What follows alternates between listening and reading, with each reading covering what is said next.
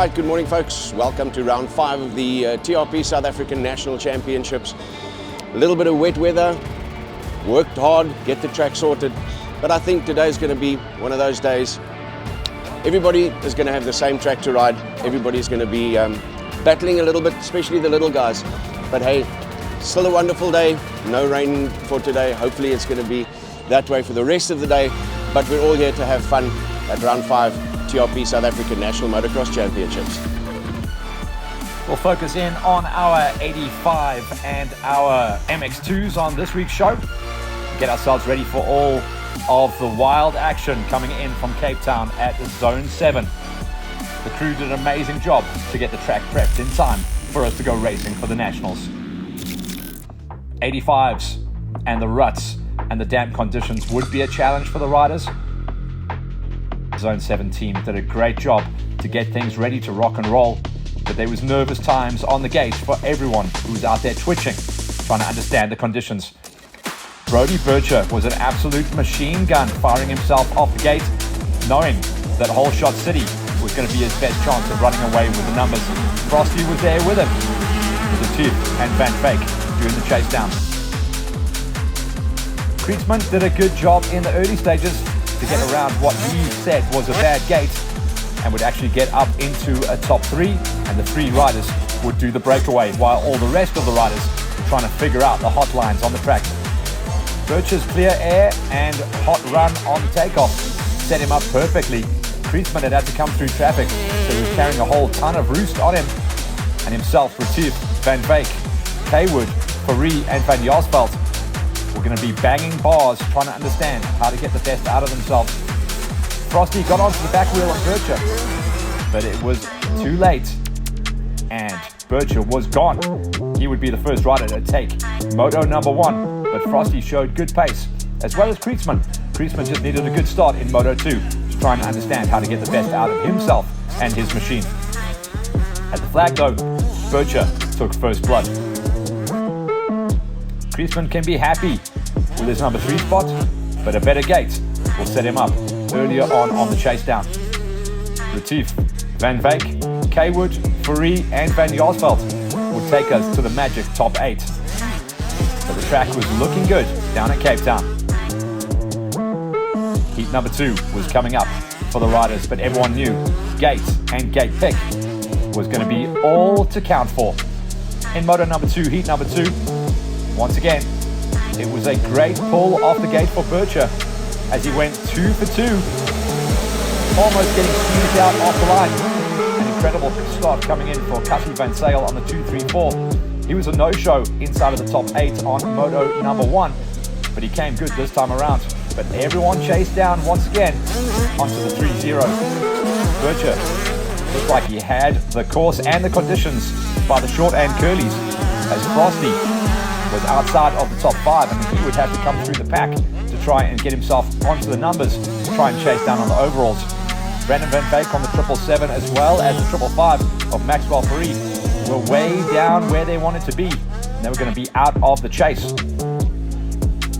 Early on in the race though, the situation was that Bircher went down. That allowed Krietzmann on the big number 1 plate, the too tall kid, he was gone, and Frosty did plow his way through traffic nicely to get onto the wheel. So that would be the fight for the 1s and 2s, and at this stage Frosty was the virtual overall event leader. Bircher would pick himself up nicely, but it looked like the overall was gone from his grasp. At one point down outside of the top 5, would climb his way back up into a top 4, but that meant Retief was looking good into a number 3 spot, but first and second place was all about Krietzmann and Frosty. Van Veek, a good job of work with Van Zyl. The 2-3-4 impressed very well in heat number 2, but the track was definitely fading away for the riders, and the exhausting conditions were coming into play towards the late stages of the moto. Very late on in the race, Frosty on the 28 did pull the pin, got his KTM ahead of the Husqvarna of Krietzmann, and he would walk away. That gave him the overall on the day as well. He went 2-1 to take the overall, beating Bircher, who went 1-4, Krietzmann, Retief, Van Veek and Fourie. We chatted to Frosty after the race. First moto was good, second overall, well second for Moto 1. Track was good. It started raining just before, but it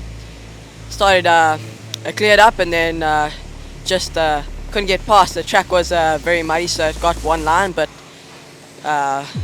first moto second. So Moto 2 was good start.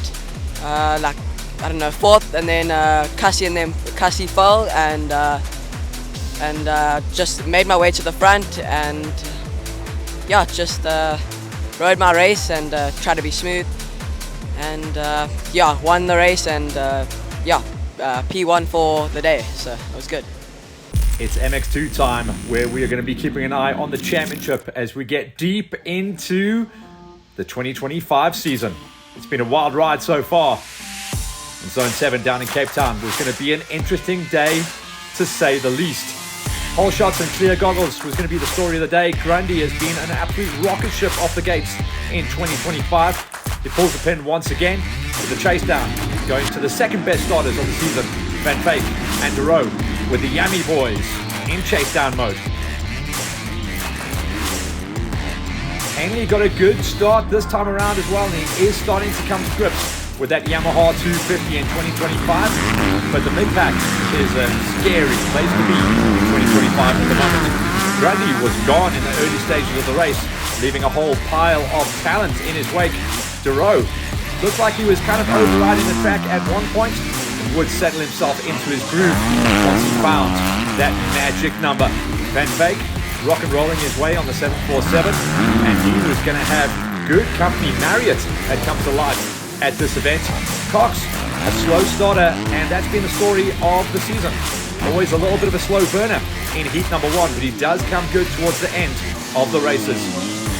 Before the halfway marker though, Duro was starting to find his magic. Henley was running good pace in the early stages as well, trying to challenge his way inside of that magical top 5. One mistake though, Grundy was down into the number 2 spot, as Duro was the big beneficiary. He would go on to run the numbers in the second half of the race. Happy with that as well. And on a developing and changing track down in Cape Town, the first win under the belt was a big benefit.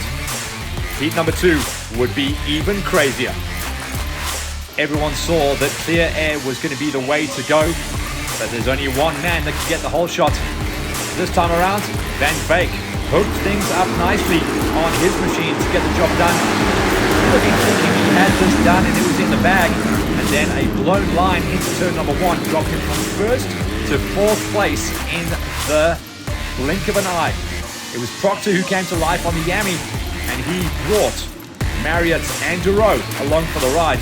Duro all of a sudden covered in roost, no vision, down in 4th place, and in a crazy battle straight out the gate. That's not what he wanted, but this is exactly what Proctor wanted. He just could not break his way inside the top 10 in heat number 1, had issues the whole way through setup, and finally figured things out off the gate in heat number 2. But all the big swingers were right there on his wheel in the shape of Duro and Grundy. In the early stage of the race, Proctor benefited from the in-house battle between the teammates, and he got a little bit of breathing room as the KTM boys had the gloves off. It was Grundy that came out on top though. He showed his pace in heat number 1. One small mistake robbed him of heat number 1 victory. This time around, the mistakes were coming the way of Duro. He would drop down early on into a number 4 spot, leaving Proctor and Marriott first and second. Van Beek slotted into his spot number 5. Looking very, very tasty. Proctor was on a burner. Duro was making mistakes. Van Beek, solid consistency, would see him running number 5 almost the whole way through the day. Tristan Duro was also coming to life as well, trying to back up his number 7 ride in heat number 1, and try and improve on that if he could. But he is starting to come to grips with the big 250, bit of a 125 specialist in the past. Grundy would eventually make the pass on Proctor as Proctor started to tighten up. So Grundy was running numbers, and Duro was figuring out the track as well. That business was coming into play. Proctor was fading backwards, Duro was moving forwards, and Grundy at this stage was gone. Proctor started to tighten up, but Grundy was running numbers, and Thoreau was figuring out the track as well. That fitness was coming into play. Proctor was fading backwards, Thoreau was moving forwards, and Grundy at this stage was gone. Proctor was in trouble. There's a whole pile of talent coming into play as well, and the inevitable happened. Thoreau was in trouble though, and that would lose him the overall. Fox coming on so strong towards the end of the race. That number 2 spot would move him up into a 3 in the overalls. At the flag though, Grundy took the win, and that was an absolute burner for him in the championship. A 2 and a 1 gave him the overall in Cape Town, beating out on Thoreau and Cox, a surprise 3rd place at the end of an amazing event. We're down here at round 5, it's down in Cape Town. Yeah, it started off pretty good, quite wet, the track was quite wet, but managed to qualify first with 1.8 second gap. That was pretty good. Moto 1 just got really tight, and I got quite a good start. I just got to the front quick, and then I just got really tight, and then just obviously thought about long run championship, and which is what we did. So I salvaged the second, and then Moto 2 also hungry again. I got like a 4th place start, but came out second, and then just from there, just honestly rode my own race. I was getting a bit interfered, like there were other riders trying to interfere with me, but just blocked them out and just rode my own race, and then it all came into my hands at the end, and I managed to go 2-1 for the overall. Awesome, man. Congratulations. Thank you, appreciate it.